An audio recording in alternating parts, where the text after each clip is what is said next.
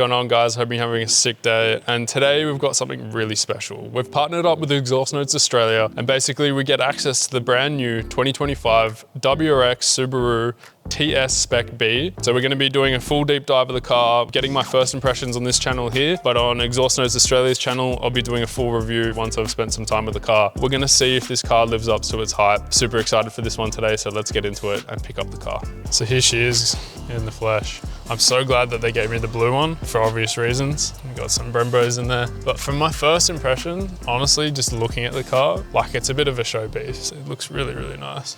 Like again, I think everyone's in the same mind is that plastic trim just needs to go. Although I do appreciate that they've actually given it a bit of a texture. I don't know if you can see that on camera, which does change my opinion a little bit, but still, I feel like it's just not the way that I want the industry to go in, to be honest. Like replacing nicely painted panels with plastic just isn't, in my opinion, the best thing ever. But to be honest, my first impressions is it looks really cool. This is the first look. We're gonna jump in, we'll give it the first drive. All right, let's head back. This is like my first drive in a WRX sedan as well. So I don't know if you guys know, but I actually did give away a WRX STI hatch back in the day. We did that recently, and that was a 2008 model, I believe, with an EJ207 imported from Japan. And that car was a lot of fun to drive. And to be honest with you, a lot of the features, a lot of the notes, a lot of the feel actually does feel very similar. Even though it's a hatch and this is a sedan, to me, it still has the same sort of essence. So I think that's probably a good start.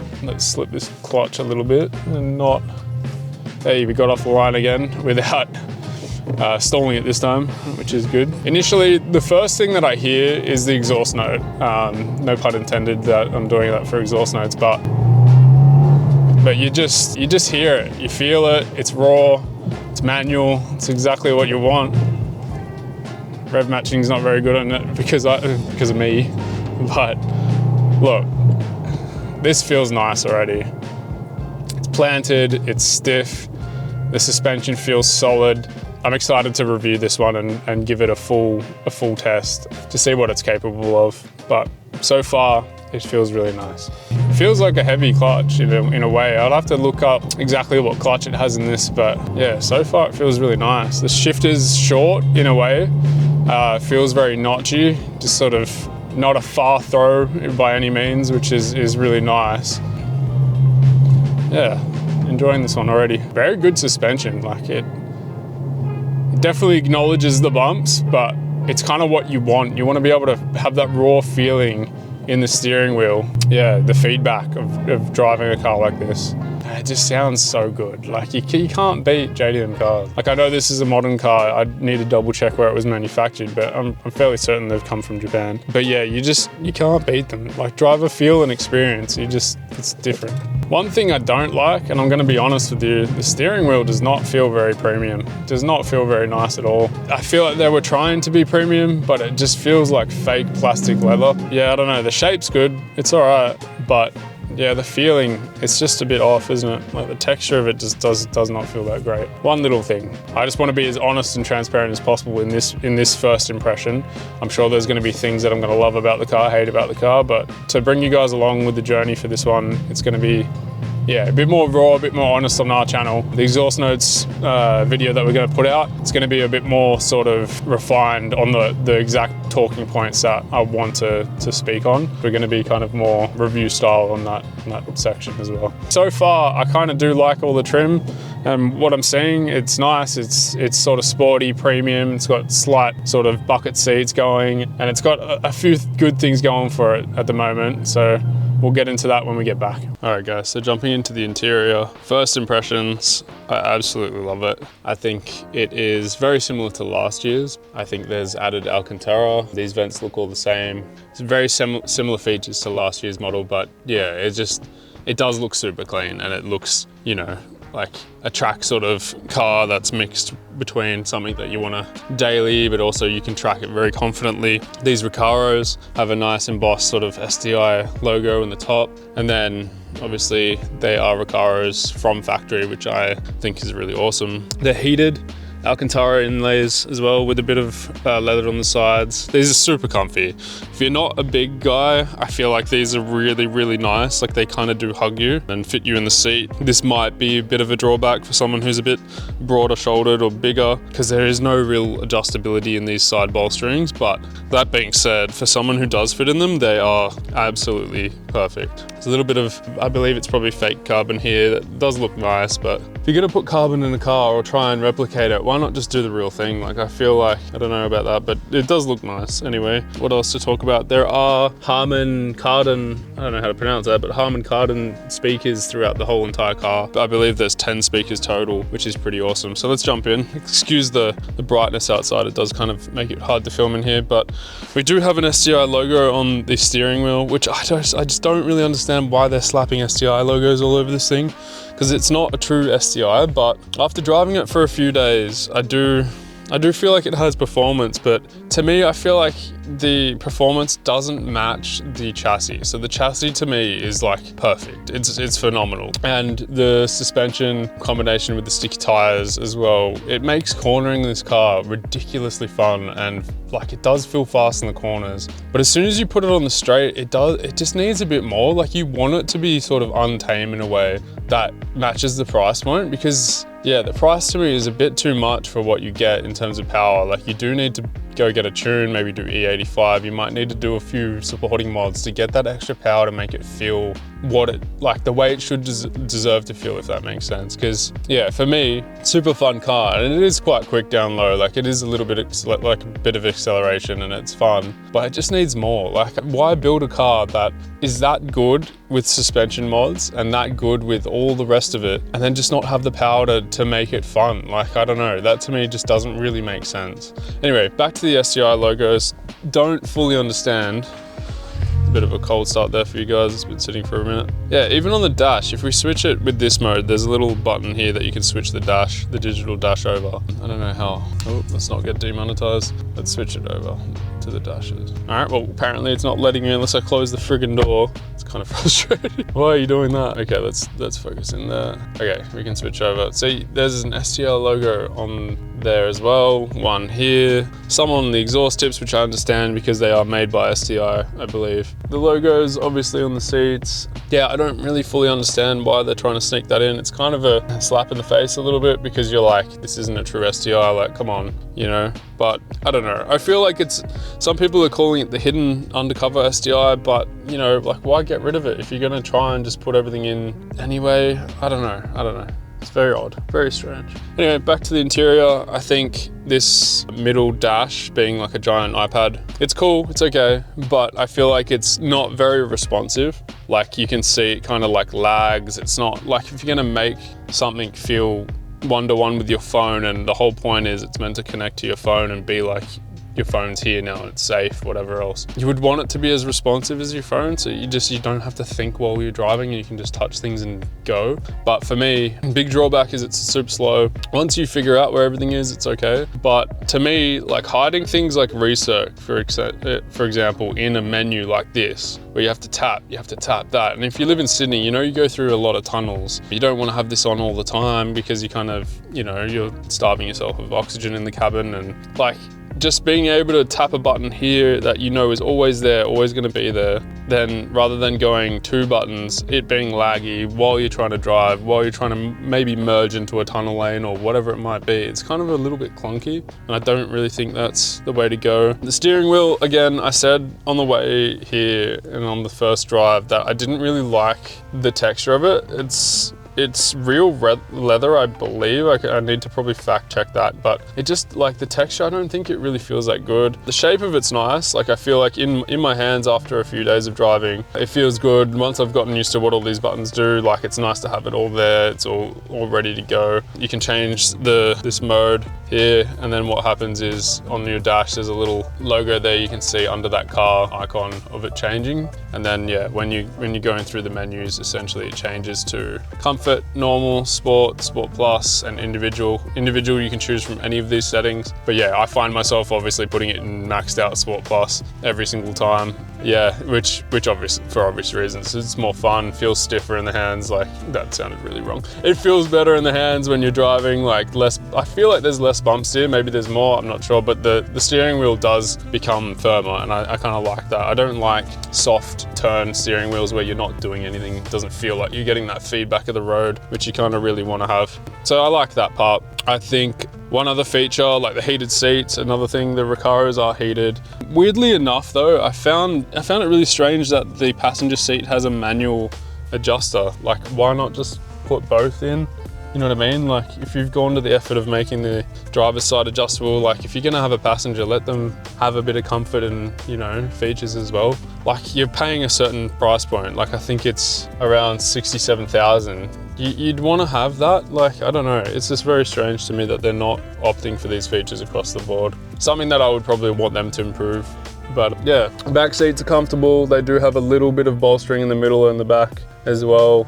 Don't know how well you can see that, but yeah, the back seats are nice. And the speakers, like the big part about this car, I think the sound system actually is really good. Like, it's top-notch quality, and it has good bass. You can turn the treble up, you can adjust it all to your liking as well. I kind of pare that back. I leave it kind of just normal because I want to really hear everything, like from a clarity standpoint. I don't want to muddle everything with the bass, but from normal, the bass is still really good. So I feel like if you're into your music, which a lot of people driving WRXs, like, I feel like I always hear them blasting music. So yeah, that's obviously a really good part of that too. What else can I talk about? I think for the most part, it's a comfortable interior. If you're trying to keep warm in the winter, it has everything to do that. Giant iPad being a bit weird aside is functional. It does give you a lot of features. One thing I did find, it was too bright at night, and if you adjusted the brightness down for that at night, then the next day you can't see it in the sun. So that is something that I find a little bit annoying, because it's something you're always having to adjust to beat whatever's happening. The autoplay doesn't make your maps black. For whatever reason, your phone will turn black, like your Google Maps or whatever else. It will go into the night mode when you go into a tunnel and whatnot, but the middle part doesn't, and that can kind of frustrate me a little bit, because you're getting blinded by the screen at night, and then yeah, you have to adjust it. And yeah, I'm very picky with things like this, and I feel like you kind of have to be like that, because if you're not being honest about these things, that they clearly can improve from a design perspective. Like, I'm a designer, I do videos and animations, and like, attention to detail to me is everything. And I feel like if you're not doing that, and you're charging people $67,000 for a car, and you're not doing the fine tuning things of using the car, feeling what it's like, getting people's feedback, and then improving on it, then what's the point? Like, you're not gonna get those people buying newer models, or they're gonna buy the new model and not enjoy it because there's less, like the same or less features than the next year. So, you know, like, I really think manufacturers need to do a little bit better in that regard. And that's just being completely honest, that like, the industry has kind of gone in a way that it's like not improving and increasing prices. And I don't think that's the way to go. That's just my personal opinion.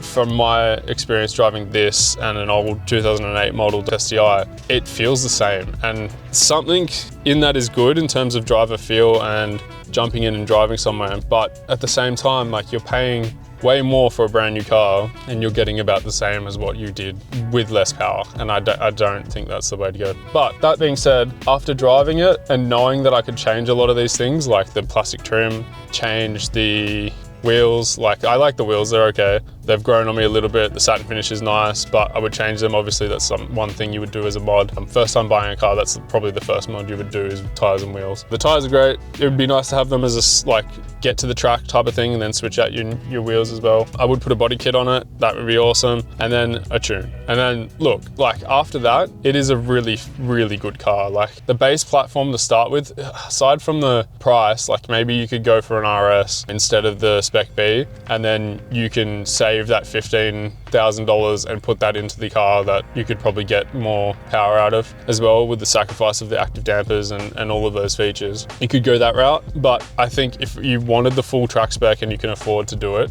getting this car, like, you would be very happy with it once you put some power into it, because it is a very fun car and I do really enjoy it, and I'm gonna miss it because I've had it for about a week now. And yeah, it's been a lot of fun. The manual gearbox, like, for me, was a little bit weird. I don't know if I'm just like bad at driving. I don't think so. Like, I feel like I'm pretty good at driving, just talking myself up, whatever. But it would, like, once you put it into gear and you would find yourself having to try and slip the clutch, because it would, like, you know, the jerkiness when you pull the clutch out and you've put your accelerator on it, like kind of just jerks a bit, and that started to get really annoying. So I ended up having to slip the clutch if I wanted to shift it with higher revs, but you find yourself trying to short shift a little bit, trying to compensate for that. And I don't know if that's the 6-speed that feels like a 5-speed with an extra gear. I'm not really sure what's going on there, but it's just something that I don't really like. Like, it's kind of frustrating. Like, I could slip the clutch and it would feel completely fine and stuff, but I just obviously don't want to be doing that, because you do ride the clutch sometimes. I launched it once, that was fun. I'm probably not going to be able to show that, and I haven't got footage of that, and I don't really want to do it again. That was really fun. It hooked, it bit, and it sent it, like, it was good. So that was fun. I probably won't include this. But yeah, overall, really cool car. I hope you've enjoyed my thoughts on this car. I'll show you some of the exterior now to sort of sign off, and we'll go have a nice little cinematic view of the car and the exterior to finish this off. But I hope you've enjoyed this sort of behind the scenes of picking it up, talking about the interior, talking about the exterior slightly. So if you want to check out the full review, I'll be releasing a video on Exhaust Notes Australia. So make sure you check that out. Make sure you go have a look at that. Read the review, please. Like, we would love the support. So if you could give us a like if you enjoyed this video, and a subscribe, that would be a really, really big support. I'm trying to hit some big numbers this year, and trying to really push this and make it a thing, because I enjoy it. I enjoy cars. I enjoy showing you guys cars and everything to do with cars as well. So yeah, thank you so much for watching, and peace out. I'll catch you in the next one. Cheers. So this is little buttons. They're sensors, but yeah, sure. Yeah, I would assume so. I think so, yeah. I thought it's like a little washer thing. Usually it's like a little dot, but I'm assuming it would be. Oh, but actually, you might be right, yeah. I thought it was purely aesthetic. It's a weird thing to have for aesthetics, yeah. Yeah, I thought they just had random details and shit. They do, yes, they do. I think it's like slides open and... I feel like I focused on the wrong When non-car guys see a car for the first time, yeah, love it. Oh, that's good. Oh, the number plate, yeah, damn, wow. Yeah, look at that. FOW, what does that stand for? Got it embossed. That's crazy. You're always going to be different, bro. But I think, like, first impressions is super nice. Oh yeah, I'll unlock it for you, I suppose. There you go. Wireless key. Yeah, wireless. Doesn't even work, apparently. Maybe I didn't lock it before and I just... But you pulled the handle, didn't you? Yeah. Oh, you got to have the key, I think, to get it. There you go, now pull the handle. Yeah, there you go. Oh, he's crazy. No Asians allowed. No, I'm joking. It's a racist car, unfortunately. from Japan. Yeah, yeah, I know, you're right. Funny if it's Korean. Yeah, it's... What's the legroom test? I don't know, but you're going to have to put it like 6 meters back for you. Yeah, it works. Do you fit? You actually look quite comfortable in there. Yeah. That's pretty good. I wouldn't even reach the pedals if I had it that far back. Comfortable is not the word. No. Sick. It's a good car, yeah. So cool. The interior is quite nice too. It's got all the Alcantara inserts and feels nice. Oh, It's a very raw experience compared to like the Teslas. Like, you don't feel anything. Like, you know what I mean? feel the acceleration. Yeah, that's it. And then Feel the joy. and you can hear your music, and this is just like you hear all the noises of all things happening.